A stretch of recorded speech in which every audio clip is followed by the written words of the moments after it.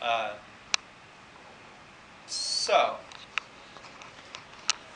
all of this is leading up to a really big meeting for Xbox. And this is February 14th, the year 2000, okay? And this is going to be the official meeting where we decide, where Bill and Steve decide whether they're going to go forward with this project or not. It's a go, no go meeting, right? If they say go, we're going to spend a lot of money and build this console. And Bill is signed up to be on stage at the Game Developers Conference the next month to announce it. Okay, it's all set up.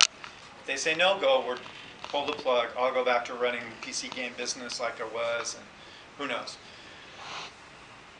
So a couple things. One, I work for a guy named Robbie Bach, okay? And Robbie was like, I'm like a technology and product guy. He was like a sales and marketing guy, okay? And one of the things about Robbie that was great as a boss is he was really good at managing up. And one of the ways that he would manage up is he would do this thing called pre-disastering. And so pre-disastering, in Robbie speak, is where he would let Bill and Steve know maybe weeks in advance before we had a meeting with them that they were going to hear something they didn't like. And then he would manage it during that time. And so by the time the meeting actually happened, it would all go smoothly. And a lot of other groups didn't understand this. So we'd be going through like product reviews with lots of other products from the company, and Bill and Steve would be mad, and they'd be like slamming each of these groups as they come in, bad, bad, bad. And then we would come in and we'd say just as bad things as they would say, and Bill and Steve would just nod and okay, and then just move on, and people would be like confused. Why did you guys, how did you do that? You know, but it was all, my boss is managed pre-disastering, okay. Well, unfortunately, his pre-disastering skills did not come into play for this meeting. And so that's where the meeting got its name. We call it the Valentine's Day Massacre because it took place at 4 p.m. on Valentine's Day. And so, big go, no go meeting. We show up, we're presenting a year's worth of work on what to do with this Xbox project. We're all sitting around the table. It's just like vice presidents as far as you can see. Even people who didn't work on the project, they're in. We're at the board meeting, boardroom for Microsoft. And this is about as serious as a meeting can be at the company. Ballmer's sitting there waiting for Bill. Bill comes in last. He's carrying our plan, our deck, our PowerPoint deck for this project in his hand. And he throws it down at the table and he says, "This is a fucking insult to everything I've done at this company." Yeah, that's the start. That was the start of the meeting. I looked around to make sure there weren't any kids before I said what he said. Otherwise, I'd just say effing. So you got Robbie and me, Jay Allard, Todd Holmdahl. Todd's in charge of hardware. I'm in charge of games. Jay's in charge of system software. We all turn to Jay because we know why he's mad. He's mad because we destroyed this other team and sold him on this thing and this machine that's going to run Windows, and now he's finding out it doesn't run Windows. We're as off strategy as that thing we said was off strategy the year before.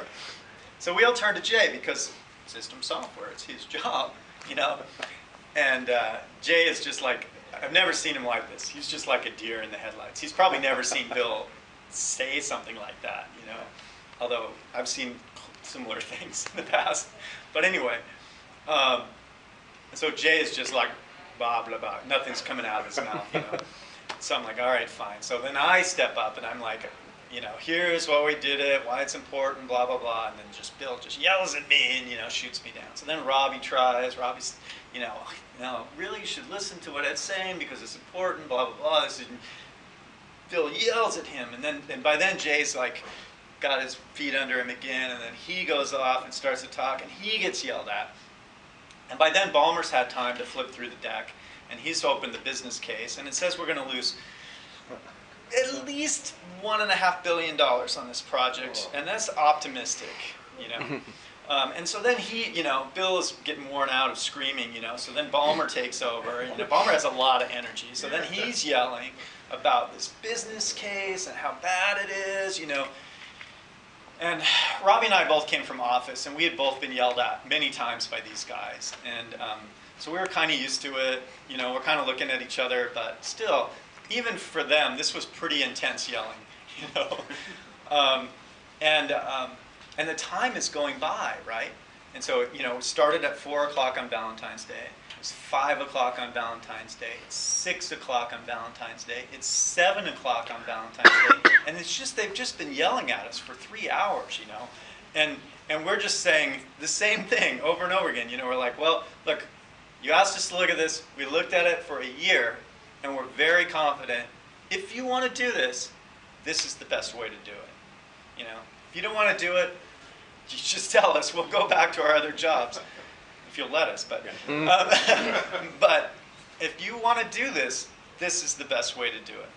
All right. So by 7 o'clock, this isn't just a work problem. This is a home problem by now, right? It's Valentine's Day. Like we have, we've got reservations. We've got people waiting for us. It's bad. This is bad. So it's coming up on 8 o'clock. And there's sort of a lull. I don't really remember why, but there's sort of a lull in the yelling. And this one guy, his name's Craig Mundy, this one vice president of the company, who was just sort of peripherally involved, when it gets quiet, he just says one thing. He says, "What about Sony?" That's what he says. Okay? And everybody in the room knew what he meant for a couple reasons. One, we knew that the PlayStation at that point was more than 40% of the profits of Sony. We knew that Sony represented a threat to the company.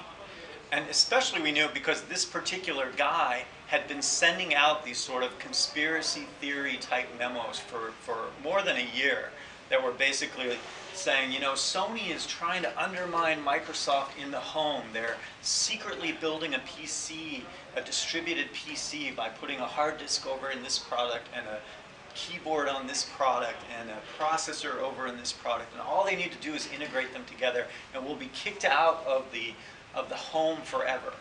And this is the kind of thing that that Bill and Steve take really seriously, because the whole motto of the company at that time is a computer on every desk and in every home running Microsoft software. Okay, so this is about as core of a threat as you could have to the company. So anyway, this guy says, "What about Sony?" And Bill says, "What about Sony?" And he turns to Ballmer, and Ballmer says, "What about Sony?"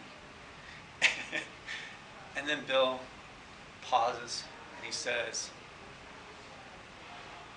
"We should do this." That was it. And Ballmer's like, "Yeah, we should do this." And then Bill's like, "We're gonna give you guys everything you asked for. I know you asked for a bunch of money, $500 million marketing budget. You're gonna lose $1.5 billion. We're gonna. You wanted your own. You wanted to move away from the main campus, be off, so people didn't bug you. You guys can have everything you want. You have 100% of our support. Go off and make this thing. We want you to do it, and we're going to support you every way we can." That part of the meeting took 5 minutes. And then we walked out of there, and I turned to Robbie, and I'm like, that was the weirdest meeting I have been in 15 years of this company, and that was when Xbox was approved. And that's like the core of my story. I'll just go a little bit more. I'll just take us to launch, and then I got to see how much time I have, but I want to leave time for questions. So awesome. We got approved. We was walked out of there very sort of confused and surprised.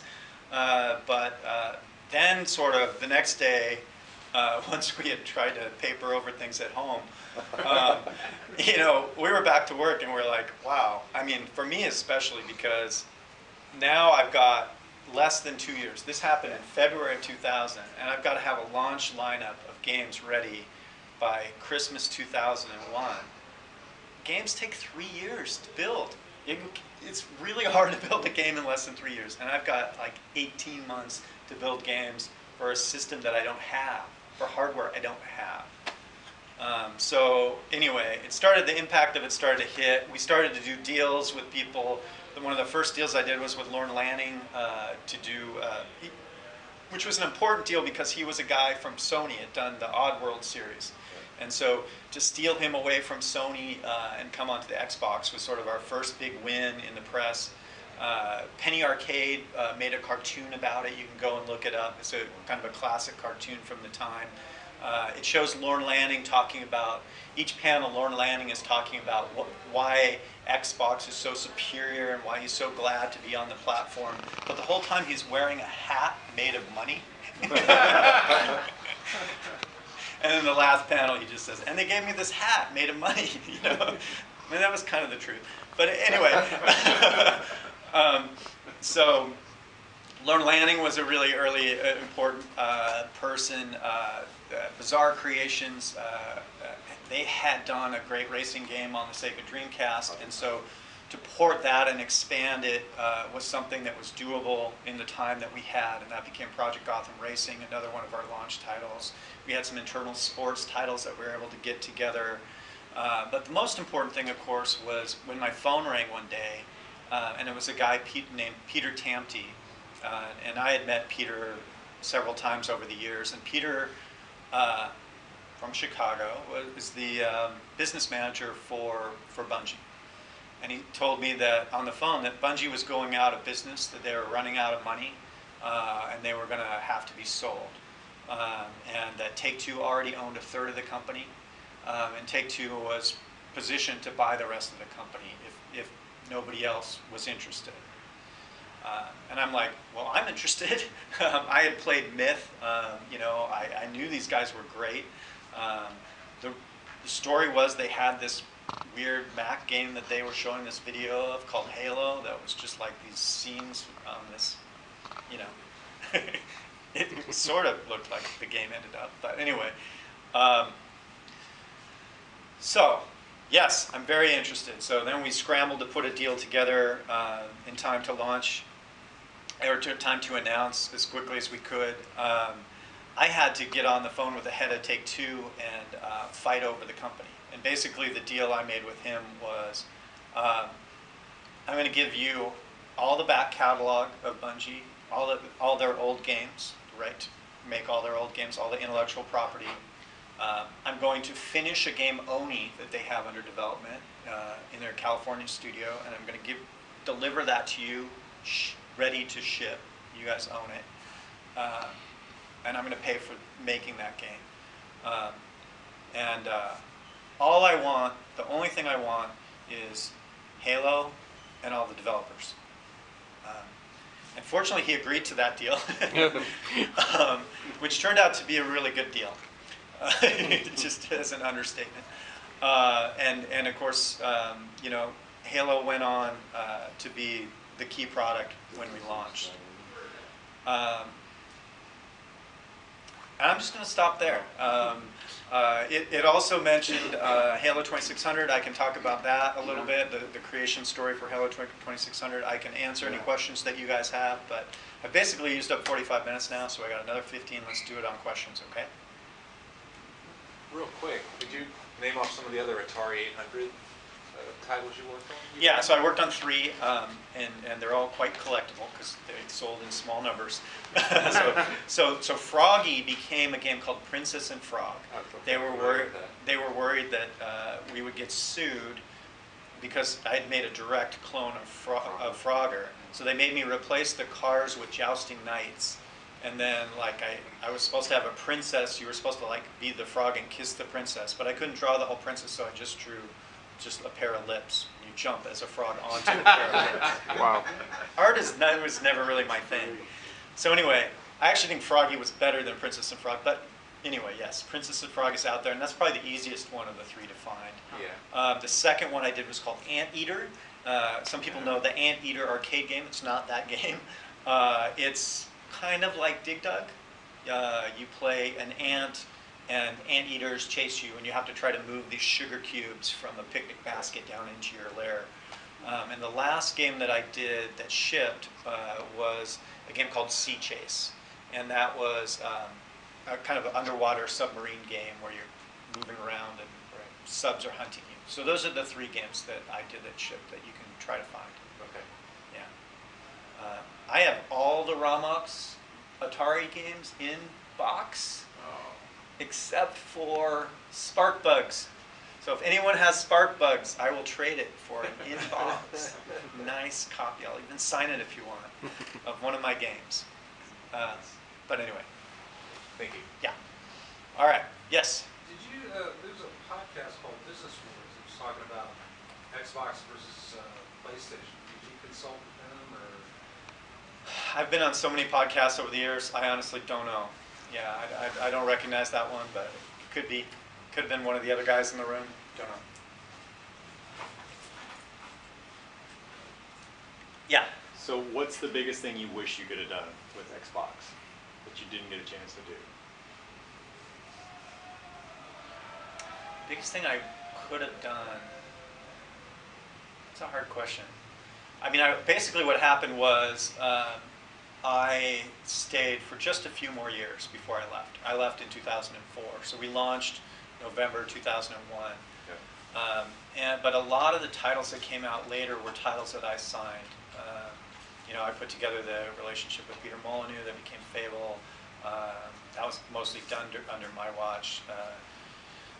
Tim Schafer with Psychonauts, which they canceled right after I left. Unfortunately made it to market under someone else. Gears of War was another one of my deals. So I would, probably my biggest regrets are just that what happened after I left, that a lot of stuff got canceled.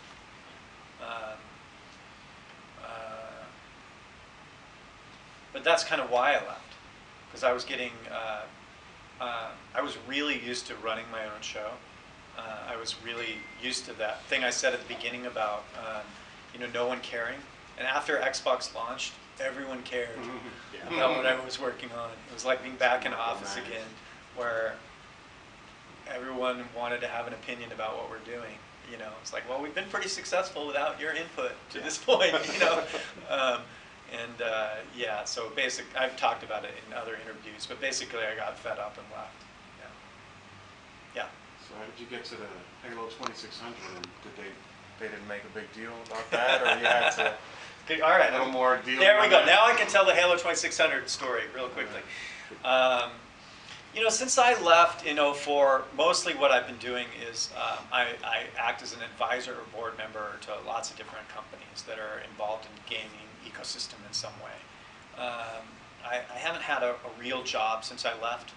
I've just worked with lots of little and sometimes big companies. So like Razer is an example of a company that I've worked with since the very beginning. So anyway, but I've also given lots of talks around the country, around the world on gaming related topics. And I was giving a talk at a little conference in Philadelphia, and I always like to talk about my history and working on the 800. And I mentioned that, and after the talk somebody came up to me and they said, hey, have you seen this new book? It's called Racing the Beam. And I'm like, no, it sounds awesome. It's about working on the 2600. I never worked on the 2600, I worked on the 800. We had it spoiled on the 800. We had 4 monochrome sprites, and we had 48,000 bytes of memory. The 2600 has 128 bytes of RAM. No frame buffer, it has 2 monochrome sprites. It's super, super hard machine to work on in every way. The size of code is constrained to 4K unless you play some games that I didn't want to play. The memory, 128 bytes. The machine is slow, and you have to use almost all your machine cycles just to draw the stuff on the screen, which is where the name of the book comes from, Racing the Beam. Anyway, so guy mentions the book. I read the book. I'm like, this would, because I'm like a sick programmer at heart, I'm like, this would be fun to work on, you know. So and there's tools out there. DASM was an assembler. Stella, very nice, nice debugger. I wrote the game in Notepad because when you're working in assembly, why not? I mean, it doesn't really matter. So I wasn't really intending to make a game at all. I had just read this book, and then I'm like, okay, I just want to see how hard it is just to put something on the screen. And so I opened up Paint, and I couldn't think of anything, so I just drew a little Master Chief. And it's the Master Chief that you see in the game is the first thing that I drew. And then I'm like, I'm going to try to get this on the screen, which turned out to be like a month's worth of work. First of all, just learning about the system, but then, you know, I made him multicolored. Well, doing multicolor is hard. And then, you know, I had to have the mask. Well, how can I have the mask? Well, the mask, because that's on the same line as other colors. Well, I knew I couldn't use another sprite overlapped because I knew I wanted to have another sprite for an enemy. So if I couldn't put a sprite there, what could I use? Well, there's only 3 other things that draw on the Atari that aren't the background. There's 2 missiles or bullets, which I wanted to use because I wanted people to be able to shoot. And then there's a thing called the ball, which is effectively like a 3rd missile. It's a 1-pixel object, although you can double its size, blah, blah, blah. So I'm like, the ball. What if I stuff the ball up under his helmet? You know, but this is what it's like to work on the Atari. You're constantly presented with these problems that seem unsolvable, and then you have some crazy idea about how to deal with it. Like the radar in Rally X is like that. I think Darryl borrowed that for his Bosconian. But anyway, because he was like, how did he do that? By the way, when do we get that? Yeah, that's another thing. But anyway, but if you stick the ball, I could put the ball under his face to be the mask. But the ball doesn't have its own color. The ball color comes from whatever color the playfield is. There's a big low resolution, it's 40 pixels wide across the screen background that's called the playfield. So if I wanted the mask to be yellow, I had to have the playfield be yellow. So I'm like, fine, the playfield's yellow. So that's why in Halo, the playfield's yellow. And it's actually only yellow for like the first 10 rooms or so. And then I change it, but by then you forget, you know. So then it's like you don't notice that when you go into the purple area, his mask turns purple. I've actually never had anyone mention it to me anyway. But it's like, so yeah. So his mask is always, you know. And if they did argue with me, I'd say, well, it's because it's reflective. It's just reflecting the color of the wall. Nice cover. Great. Yeah. That's great. So anyway, so I put the Master Chief up. I get him up. And I'm kind of proud of myself. And then I'm like, well, maybe I could make him move around, you know. So then I hook up the joystick so I can make him move. And then I'm like, okay, well, then I could put up an enemy, you know. And then, okay, what if I made it so they could shoot each other, you know. And that's what I had done by March of 2010. And I thought I was done. I mean, I was like done with my experiment. I had the idea that maybe it could be like this big thing like adventure, but I didn't really have the motivation to do it. And so then what happened was I go to the Game Developers Conference like I do almost every year. And just total coincidence, I happen to be walking along and run into some people that I know. And it's Chris Charla and Mike Micah from Other Ocean, the guy who did the Pauline version of Donkey Kong. And they happen to be standing there with Ian Bogost, the writer of the book, and Todd Fry, the creator of the infamous Pac-Man, right? And I didn't know Todd. And so it was this weird thing where I run into these guys, and they're like introducing each other to me, and I'm like, oh, I loved your book, and oh, Pac-Man, I'm sorry. No. Sorry. And, you know, and then I'm just like, you know, I was playing around the other day on the 2600 too, and they're like, well, what are you doing on the 2600? And I'm like, oh, well, I made this little Master Chief, and you know, and can run around and shoot this little enemy. And they're like, you're doing Halo on the 2600? Well, And I said, no, no, no, I'm not doing Halo on the 2600. I'm just screwing around. And they're like, you have to do this. And I'm like, what are you talking about? They're like, you have to finish this